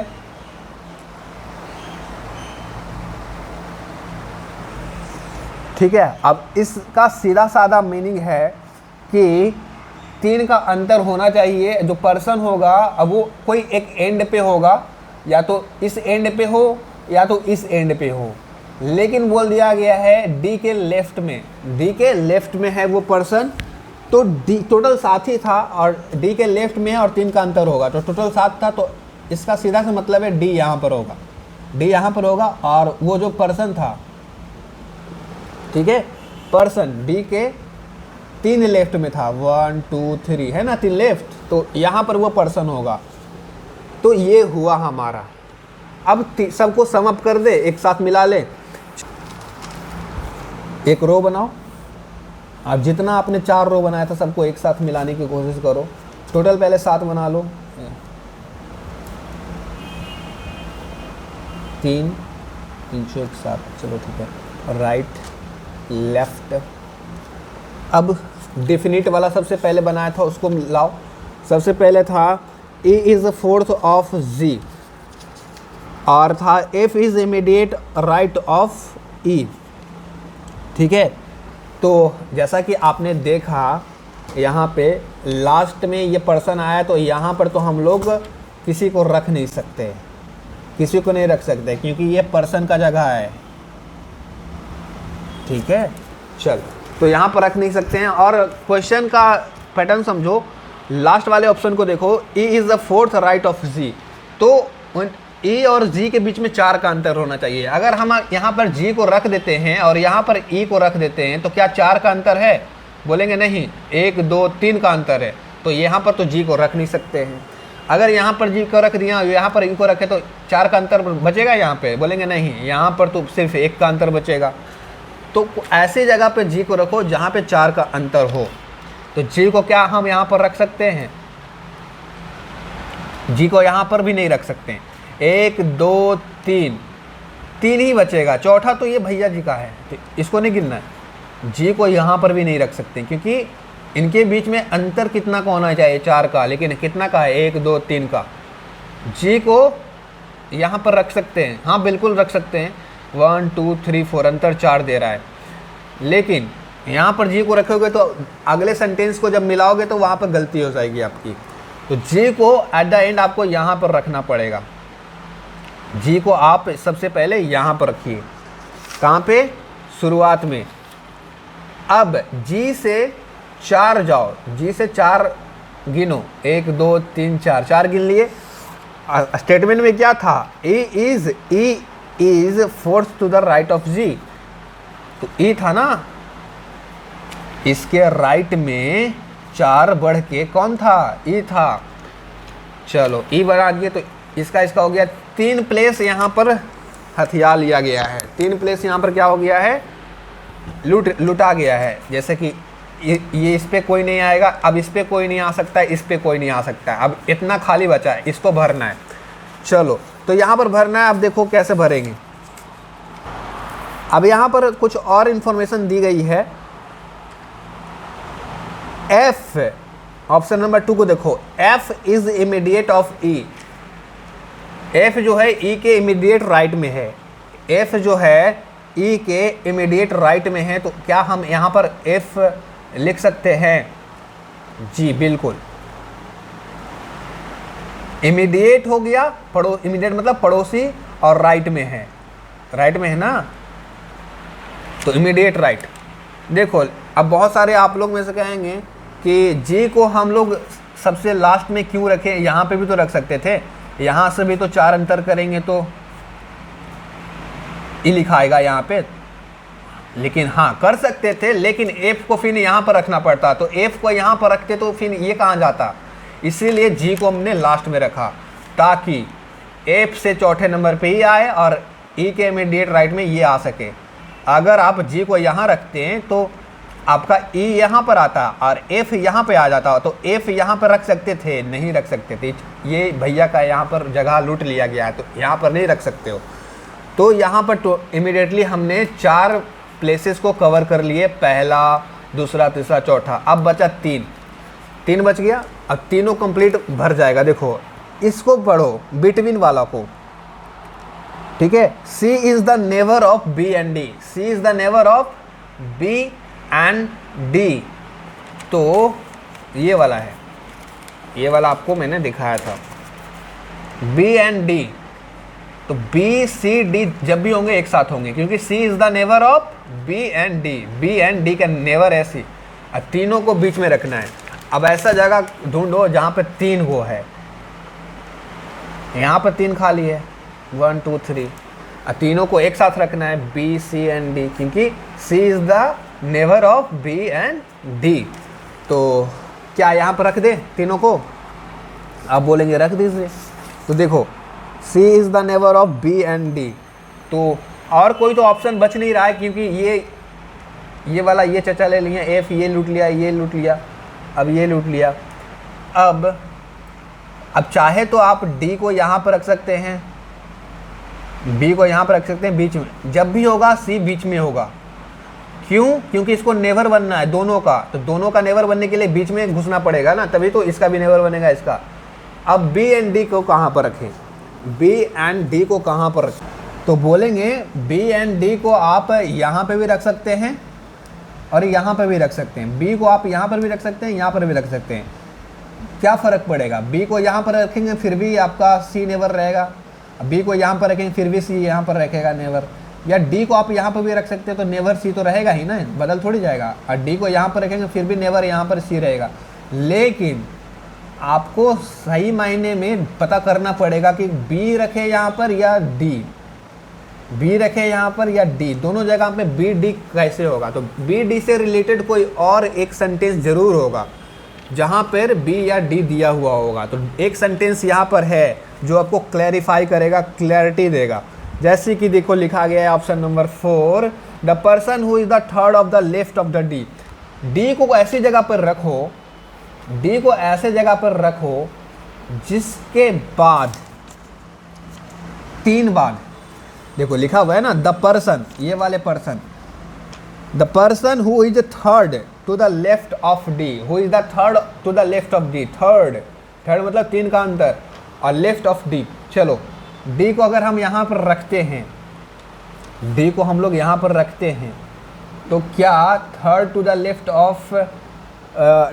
लेफ्ट ऑफ डी क्या ये पर्सन आते हैं? देखते हैं 1 2 3। जी हाँ, third to the left of D ये पर्सन आते हैं। ये पर्सन यहाँ पर आ गए तो डी यहीं पर होगा। अगर डी को आप यहाँ पर रखते हैं तो थर्ड में नहीं आता, 1 2 3 4 5, 5th में आता। तो लेकिन क्वेश्चन में आपका क्या दिया गया है? सेंटेंस में थर्ड दिया गया है, तो थर्ड ही आपको लाना था। तो डी यहाँ पर होगा, बच कौन गया? बी, बी यहाँ पर होगा।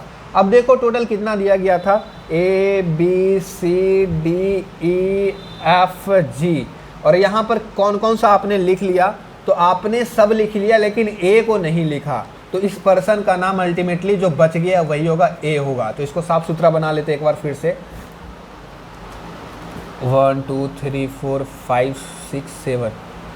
ये चाचा ए थे और ये जी था, ये सी, ये बी था, ये सी था, ऊपर क्यों लिख दिया भाई? बी सी, और ये डी था, ये ई था, एफ था। चलो अब क्वेश्चन आपके बन जाएंगे, ये वाला नोट डाउन कर लो, इसी से सारा क्वेश्चन आपका बनने वाला है, इसी से। तो इस तरीके से आपको क्वेश्चन बनाने पड़ेंगे एग्जाम में। क्वेश्चन को समझना है पहले, उसके बाद डिफिनिट वालों को खोजना है, डिफिनिट के बाद कंपैरेटिव वालों को खोजना है, कंपैरेटिव के बाद नेगेटिव सेंटेंसेस को खोजना है। ठीक है, अब आपका क्वेश्चन देखो, धड़ल्ले से 5 लगातार बन जाएंगे बहुत कम समय में। चलो क्वेश्चन पे अब आते हैं, कॉन्सेप्ट समझ गए होगे तो क्वेश्चन पे आओ। क्वेश्चन नंबर 1 क्या पूछ रहा है? पूछ रहा है what is the position of A. A का पोजीशन क्या है? ए का पोजीशन आपसे पूछ रहा है, बताओ।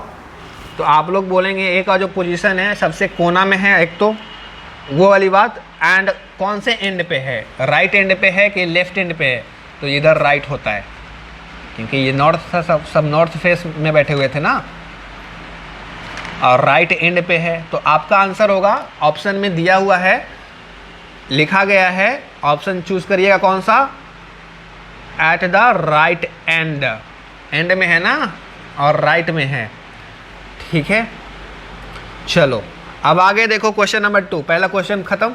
विच of the following statement is definitely true, इनमें से 4 स्टेटमेंट दिए गए हैं, मतलब ऑप्शन है, इनमें से चारों में से कौन सा सही है। तो वो जो आपने बनाया था, सभी को अरेंजमेंट किया था, वो अरेंजमेंट को ध्यान में रखना, कॉपी में नहीं लिखा है तो वीडियो को पीछे करो और उसको लिखो पहले, उसके बाद ही बनाना, ठीक है। पूछा गया है आपसे कि कौन इसमें सही है, तो यहाँ पर पहला ऑप्शन चेक करो, D is immediate left of C. तो डी जो है इमीडिएट लेफ्ट ऑफ सी है, तो आप लोग बोलेंगे डी के जस्ट बगल में था सी, और यहाँ पर बोल रहा है इमीडिएट लेफ्ट, इमीडिएट लेफ्ट, तो क्या ये सही है, बोलेंगे नहीं।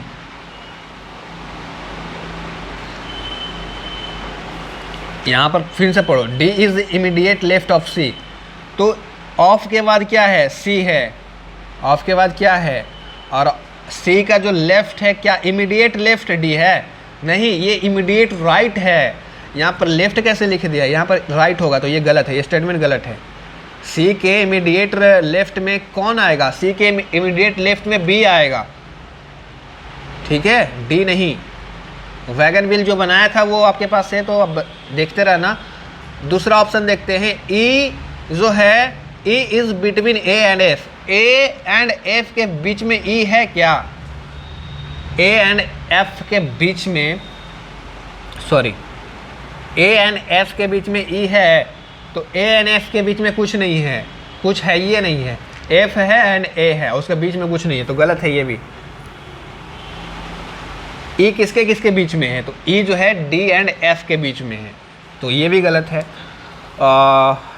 Option number C, G is immediate left of B, बोल रहा है बी का इमीडिएट लेफ्ट जी है, बी का इमीडिएट लेफ्ट, तो जी हाँ, बी का इमीडिएट लेफ्ट कौन है, जी, सही है। बी पकड़ो सबसे पहले, ऑफ के बाद क्या दिया गया है, बी दिया गया है, ऑफ के बाद क्या है, बी है, तो बी पकड़ो, और बी के जस्ट इमीडिएट पड़ोसी वाला लेफ्ट में देखो, लेफ्ट हैंड में, लेफ्ट साइड में देखो क्या जी मिलता है, तो हाँ जी मिलता है, तो बी के इमीडिएट लेफ्ट में जी है, तो ये ऑप्शन सही है। बाकी नॉन ऑफ दिस तो गलत ही हो गया क्योंकि ये सही है, ऑप्शन नंबर सी सही है, तो दूसरा भी हो गया। चलो अब अगले क्वेश्चन पे आते हैं।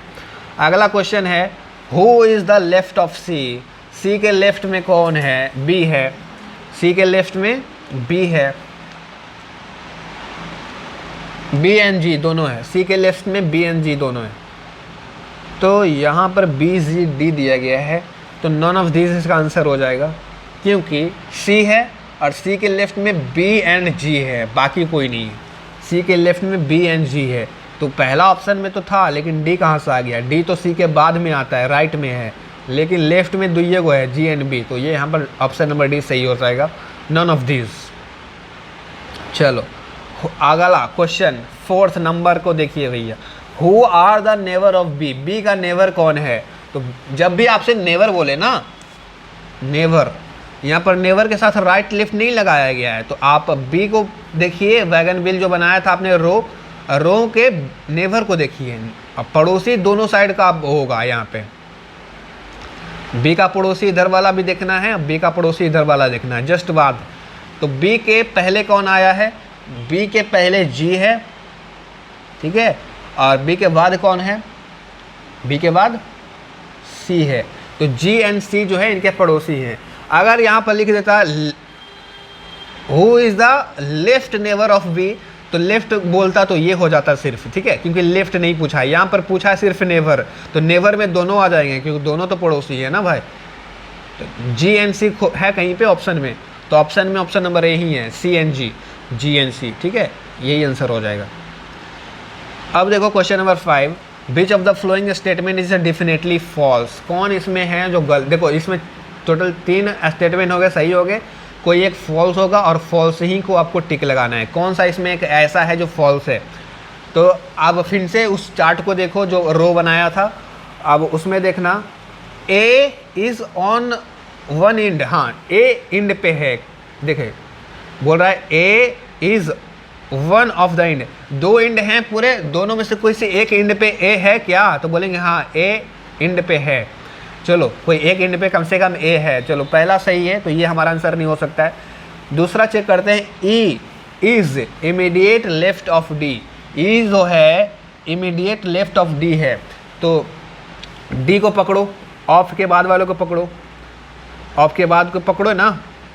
अब डी के इमीडिएट लेफ्ट खोजो, इमीडिएट नहीं यानी पड़ोसी, और लेफ्ट में पड़ोसी, लेफ्ट वाले पड़ोसी खोजो। डी के लेफ्ट वाले पड़ोसी कौन है, सी हैं, तो सी यहाँ पे तो नहीं है, यहाँ पे तो ई दिया है, तो ये आंसर आपका हो सकता है। बाकी और मिलाते हैं, पहले इस पे होल्ड ऑन करो, अगला देखते हैं। G is immediate left of B, B को पकड़ो, बी के पड़ोसी ढूंढो और लेफ्ट वाले पड़ोसी को देखो, तो बी के हाँ सही है, तो ये हमारा आंसर नहीं हो सकता क्योंकि ये ट्रू है, ये दोनों ट्रू था। अब अगला देखते हैं D, F is second to the right of D, D को पकड़ो क्योंकि ऑफ के बाद वाले को पकड़ते हैं, और बोल रहा है राइट, राइट साइड देखना है आपको, राइट में, और दो का गैप लेके देखो, तो डी से दो राइट करो, दो का गैप करके देखो क्या एफ आ रहा है, तो जी हाँ डी के बाद एफ आ रहा है राइट में, सेकेंड में, ठीक है। डी को पकड़ो, डी को पकड़ लिया, अब दो का गैप लो, किधर गैप लेना है, राइट साइड में, क्या एफ दे रहा है, तो दे रहा है, तो यहाँ पर जो है ना ए सी डी सही था। आपसे पूछा था फॉल्स कौन सा है, तो फॉल्स यही है, ये वाला स्टेटमेंट बिल्कुल गलत है, तो यही आपका आंसर होगा। चलो तो ये देखो 5 क्वेश्चन बन गए ना। अगर आप अरेंजमेंट सही से बना लेते हैं तो क्वेश्चन आप बना लेंगे एग्जाम में, अरेंजमेंट नहीं बन पाता है सही से, क्वेश्चन गलत हो जाएंगे आपके, ठीक है। चलो फिर देखो क्वेश्चन नंबर 6 और 7 जो है, ये भी आपके कुछ इसी तरह के क्वेश्चन है, इसमें नाम मेंशन नहीं किया गया है, इसमें बस लिख दिया गया they have 5 friend, 5 go friend है, ठीक है। चलो लेकिन नाम है, सॉरी नाम तो यहाँ पर है ही यार, 5 फ्रेंड है, जयेश, प्रमोद, भगत, सुबोध, आलोक और कौन, यही 5 हो गया ना, 2 4 1 5, हाँ 5 हो गया, तो यही 5 दोस्त हैं। अब इन्हीं पे क्वेश्चन आपको बनाना है, इन 5 को अरेंज करना है, सेटिंग अरेंजमेंट करना है। तो क्वेश्चन क्या कर रहा है, डायरेक्शन में क्वेश्चन देखो, read the following information carefully carefully carefully carefully and answer the question given below it. तो कुछ स्टेटमेंट है, इसको केयरफुल्ली करो, केयरफुल्ली पढ़ो। पहला स्टेटमेंट तो काफ़ी इजी है, बता रहा है 5 फ्रेंड हैं, चलो ठीक है 5 दोस्त हैं, देख लेंगे। अब अगला देखो, आपको मेन यहाँ से फोकस करना है, और कौन जो है ना, पेन एंड कॉपी लेके बैठो। सबसे पहले खोजो डिफिनिट, ट्रू इन्फॉर्मेशन कौन दे रहा है, ट्रू सेंटेंस कौन सा है, तो देखते हैं। जयेश वाले को पकड़ो, जयेश वाले को, ये ट्रू मीनिंग दे रहा है आपको, डिफिनिट इन्फॉर्मेशन दे रहा है। लिखा गया है Jayesh is the immediate right of Alok, तो एक रो बनाओ, एक रो बनाओ कॉपी में जैसे हम बना रहे हैं, और राइट लेफ्ट तो पता है आपको, और नॉर्थ डायरेक्शन भी दिया गया है, यानी राइट लेफ्ट यही होगा। साउथ देता ना तो इधर लेफ्ट लिखा था, लेकिन नॉर्थ दिया तो राइट इधर लिखेंगे या लेफ्ट, ठीक है, तो राइट लेफ्ट होगा क्योंकि नॉर्थ दिया है। अब देखो बोला है जयेश जो है किसके इमीडिएट राइट में बैठा हुआ है, आलोक के, तो आलोक सबसे पहले लिख लेते हैं, आलोक के, और राइट में बोल रहा है तो इमीडिएट बोल रहा है, मतलब जस्ट बगल में, और कहाँ पर राइट, तो यहाँ पर है जयेश। तो ऐसे आप लिखो, बनाओ कॉपी में, बना लिया। अब इसको छेड़छाड़ मत करना, ऐसे रहने दो। अब दूसरा सेंटेंस को ढूंढते हैं जो कंप्लीट मीनिंग दे रहा हो। पहला सेंटेंस हमने कंप्लीट कर लिया, समझ लिया, अब दूसरे को समझें, तो दूसरा कौन सा आप ढूंढेंगे, दूसरा जो है आप सुबोध वाला देखें, सुबोध वाला, सुबोध को बोल रहा है बिटवीन जयेश एंड प्रमोद के बीच में बैठा हुआ है। किसके बीच में बैठा हुआ है, किसके बीच में, जयेश एंड प्रमोद के बीच में। तो जब भी इनका अरेंजमेंट बनेगा, जब भी आपका इनका अरेंजमेंट बनाने जाओगे तो जयेश रखना इधर, प्रमोद रखना इधर, अब बीच में बैठेगा कौन? सुबोध। सुबोध कहाँ बैठा है? बिटवीन में, तो सुबोध हमेशा बीच में बैठेगा। सुबोध कहाँ बैठेगा? बीच में बैठेगा। और जयेश प्रमोद, देखो प्रमोद जयेश जो है ना, प्रमोद इधर भी हो सकता है, इधर भी हो सकता है। तो आप बस मान के चलो कि प्रमोद इधर उधर है, बीच में बैठा दो, प्रमोद कहीं पे भी लिख दो। यहाँ पर लिखने का मन इधर लिख दो, जयेश को इधर कर दो, या फिर जयेश को इधर लिख दो, प्रमोद को इधर लिख दो। बीच में कौन होना चाहिए? बीच में एस होना चाहिए, क्योंकि बिटवीन वाला जो मीनिंग दे रहा है, कंप्लीट दे रहा है, ये बीच में है। अब इसको आगे बैठाओ या पीछे बैठाओ, इन दोनों को कोई मतलब नहीं। बीच में कौन है? सुबोध है, इतना ध्यान रखना। तो दूसरा बना लिया। दूसरा कैसे बनाया? एक रो बनाया आपने और बीच में बैठा दिया किसको? सुबोध को। और अगल बगल में जिसको बैठाना है बैठा दो। प्रमोद को बैठा देते हैं, प्रमोद, और जयेश को इधर बैठा देते हैं। अब बीच में कौन है? सुबोध है। तो ये दूसरा। अब इसको भी ऐसे ही लिखो, इसको छेड़छाड़ नहीं करना है। चलो, दो को हम लोग समझ लिए, जयेश वाला समझ लिए, सुबोध वाला समझ लिए, क्योंकि ये दोनों कंप्लीट इन्फॉर्मेशन हमको दे रहा था। तो डेफिनेट इन्फॉर्मेशन दे रहा था, तो इसको सबसे पहले किए। अभी कंपैरेटिव इन्फॉर्मेशन कौन कौन दे रहा है उसको ढूंढो। अब देखो ऑप्शन नंबर 4, प्रमोद वाला। प्रमोद जो है, इसमें भी देखो बिटवीन लिखा गया है, तो ये भी कंप्लीट ही इन्फॉर्मेशन एक तरीके से है। कंपैरिजन तो कर रहा है लेकिन कंप्लीट इन्फॉर्मेशन है, तो दोनों बोल सकते हैं। कंपैरेटिव इन्फॉर्मेशन भी दे रहा है एंड कंप्लीट इन्फॉर्मेशन भी दे रहा है। प्रमोद किनके किनके बीच में बैठा हुआ है? भगत एंड सुबोध के बीच में। तो भगत एंड सुबोध के बीच में प्रमोद बैठा हुआ है, तो एक बना लो। बीच में किसको बैठा दो? प्रमोद को। अगल बगल में बैठा देना भगत एंड सुबोध को, भगत एंड सुबोध को, बीच में प्रमोद को। अब एलिमिनेशन करना शुरू करो। इतना तो आपने बना लिया। अब तीनों पिक्चर को एक बार देखो, तीनों पिक्चर जो आपने बनाया ना, अब देखो। अब एक साफ सा जगह चुनो कॉपी का, और फिर से एक रो ऐसे वगैरह बनाओ। और टोटल 5 फ्रेंड थे, 5 कॉलम बनाओ। 1 2 3 4 5, पाँचों का डायरेक्शन कैसा था? फेस किधर था? नॉर्थ था, तो नॉर्थ कर लेना सबका, टिक मार लेना ऊपर उठे। और नॉर्थ में राइट लेफ्ट किधर होता है? राइट इधर होता है, लेफ्ट इधर होता है। चलो, अब देखते हैं कैसे आप बनाते हैं। तो सबसे पहले आपने देखा, पहला जो बनाया था, क्या बनाया था? जयेश वाला आपने उठाया था, ऑप्शन नंबर 3 वाला। इसमें देखा था आलोक जो था, आलोक के इमीडिएट राइट में था जयेश। चलो, उसके बाद आपने फिर दूसरा सेंटेंस को उठाया, फिर दूसरा मीनिंग निकाला। तो आपको यहाँ पर कैसे अप्रोच करना है? तीनों फिगर को आप वैसे देखो ध्यान से, कॉपी में समझने का कोशिश करना। कॉपी में समझाता हूँ, ज़्यादा अच्छे से समझ में आएगा। कन्फ्यूज़न वाला चैप्टर है, इसीलिए कॉपी में समझाना ज़रूरी है। चलो देखो, बनाते हैं, एक रो बनाते हैं और क्या करते हैं? कितने लोग दोस्त थे? 5 दोस्त थे टोटल, 5 फ्रेंड। 1 2 3 4 5। और इधर मैंने ऊपर तीर इसलिए मारा है क्योंकि डायरेक्शन उन लोग का नॉर्थ था, और राइट लेफ्ट। जब नॉर्थ से डायरेक्शन होता है तो राइट इधर होता है, लेफ्ट इधर होता है। चलो, अब इन्फॉर्मेशन आपने लिखा, 3 इन्फॉर्मेशन आपने पढ़ा और उसको लिखा होगा अपनी कॉपी में, मैं ऐसा उम्मीद करता हूँ। उसके बाद देखो क्या करना है कि उसके बाद आपको जो करना है, इन्फॉर्मेशन को कलेक्ट करो और इन्फॉर्मेशन को भरना शुरू करो। तो ये बिटवीन वालों को सबसे पहले उठाओ, बिटवीन वालों को सबसे पहले उठाओ और देखो क्या क्या बोल रहा है। तो पहले में बोल रहा है सुबोध जो है किनके किनके बीच में बैठा हुआ है? सुबोध जो है प्रमोद, सुबोध किनके किनके बीच में बैठा हुआ है? एक मिनट, नहीं दिख रहा है क्या? अच्छा, अब दिख रहा है। अच्छा, यहाँ पर क्या कर रहा है? सुबोध किनके किनके बीच में बैठा हुआ है? सुबोध जयेश एंड प्रमोद के बीच में बैठा हुआ है। चलो, ये वाले को ऐसे लिखते हैं। अब अगला देखते हैं। अगला लिखा गया है प्रमोद के किनके बीच में बैठा हुआ है? ये प्रमोद। अगला स्टेटमेंट में लिखा है प्रमोद जो है भगत एंड सुबोध के बीच में बैठा हुआ है। भगत एंड सुबोध के बीच में बैठा हुआ है प्रमोद।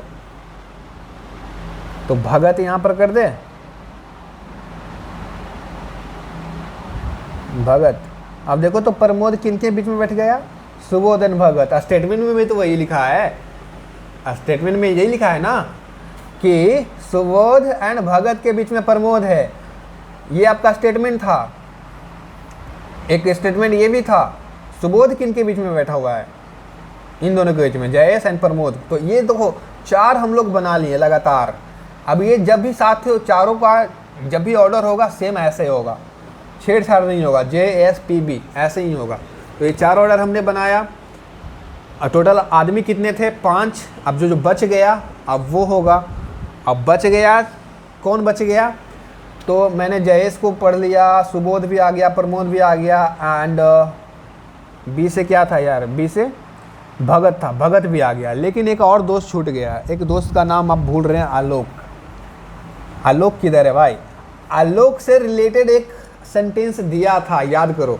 आलोक से रिलेटेड एक सेंटेंस आपके क्वेश्चन में गिवन है, उसको पढ़ो। तो आलोक जो है कहाँ पर है और कैसे है? आलोक जो है जयेश के किधर है, इमीडिएट राइट है। जयेश जो है लिखा गया है, क्वेश्चन पढ़ना, जयेश लिखा गया है, Jayesh is the immediate right of Alok, मतलब आलोक के इमीडिएट राइट इधर होगा ना, क्योंकि राइट इधर था। तो इमीडिएट राइट किधर होगा, इधर होगा। तो इमीडिएट राइट यानी पड़ोसी में कौन बैठा हुआ है, जयेश बैठा हुआ है, जयेश बैठा हुआ है। फाइन, तो यहाँ पर आलोक रख दें। आलोक के इमीडिएट राइट में जयेश है क्या? बोलेंगे जी हाँ सर, जयेश इमीडिएट राइट में बैठा हुआ है ना, बैठा हुआ है इमीडिएट राइट। इमीडिएट मतलब पड़ोसी और राइट में, ठीक है। अगर इमीडिएट लेफ्ट बोलता तो इधर होता, लेकिन इमीडिएट राइट बोला है तो इधर हुआ, सही है। अब यही आपका है, अब लिख लो यार, और क्या, यहाँ पर लिख लो AJSPB। अब ये वाला को आप अपनी कॉपी में लिखो, इसी से क्वेश्चन बनेगा, ठीक है। मैं चलता हूँ स्क्रीन पे, अभी ये वाला बार बार मैं नहीं दिखाऊंगा, आप लिख लो। एक बार लिख लिया, वीडियो को रोक करके चलो अब आगे बढ़ते हैं। क्वेश्चन नंबर 6 एंड 7 को देखो, काफ़ी इजी हो जाएगा। पूछेगा आपसे who is the extreme left and, मतलब लेफ्ट के एंड में, लेफ्ट हैंड में जो सबसे लेफ्ट है, सबसे लास्ट में कौन है? तो लेफ्ट में सबसे लास्ट में ए है, आलोक है। कौन है? आलोक। एक्सट्रीम एंड मतलब होता है सबसे लास्ट में, एंड मतलब ही वही होता है। तो एक्सट्रीम लिखने का क्या जरूरत है, यहाँ पे क्वेश्चन छापने वाले का भी गलती है एक तरीके से। Question number 7, who is in the middle. Total 5 लोग थे यार। अब 5 लोग में जानवे करते हो मिडिल में एक ना एक होगा, क्योंकि 2 इधर बीच में एक। तो कौन है बीच में? बीचवा वालों को देखो, तो ए जे इधर लेफ्ट साइड में है और पी भी राइट साइड में, बच जाता है बीच में एस। तो एस जो है मिडिल में है और एस से सुबोध, डी हो जाएगा इसका आंसर। देखा, अगर आप अरेंजमेंट बना लेते तो आपको आंसर तुरंत निकल जाता है, अरेंजमेंट बनाना पड़ेगा। अब जो ये क्वेश्चन है 8 से 10, ये आपका क्लोज टाइप, सेकेंड टाइप है, सेकेंड अरेंजमेंट का, उससे बनेगा। मैं चाहूँगा इसको अगले क्लास में करवाऊँ, क्योंकि आज ये जो चैप्टर था ना बहुत लेंदी हो गया, समझाना था ऊपर से, और समझ बहुत सारे लड़के अभी भी नहीं समझे होंगे इस चैप्टर का, 100% मैं गारंटी देता हूँ। लेकिन जो समझे हैं उनके लिए बहुत बढ़िया, जो नहीं समझे हैं दोबारा से वीडियो देखना, फिर भी नहीं समझे हैं कमेंट करना, फिर भी नहीं समझे हैं टेलीग्राम पे मैसेज करना। अगर फिर भी नहीं समझ में आता है यार तो मिल लेना या कॉल कर लेना हमसे, ठीक है। चलो, तो ये हुआ। अब सेकेंड टाइप जो आपका है वो है close type of setting arrangement. ये जितने भी हमने सेटिंग अरेंजमेंट पढ़े, ये open type of setting arrangement आज हमने ख़त्म किया। अगला में पढ़ेंगे नेक्स्ट क्लास में close type of setting arrangement, जो कि बहुत इंटरेस्टिंग है, काफ़ी इजी है वो, इसके मुकाबले वो काफ़ी इजी आपको लगेगा, ठीक है। और शायद कल वो वीडियो आ जाए, वेट करना। आज के लिए बस इतना ही। वीडियो हेल्पफुल लगा हो, मेरी मेहनत अच्छी लग रही हो तो मेरी मेहनत को थोड़ा सा लाइक करें, सब्सक्राइब करें चैनल को। मिलते हैं अगले वीडियो में। Thank you for watching video.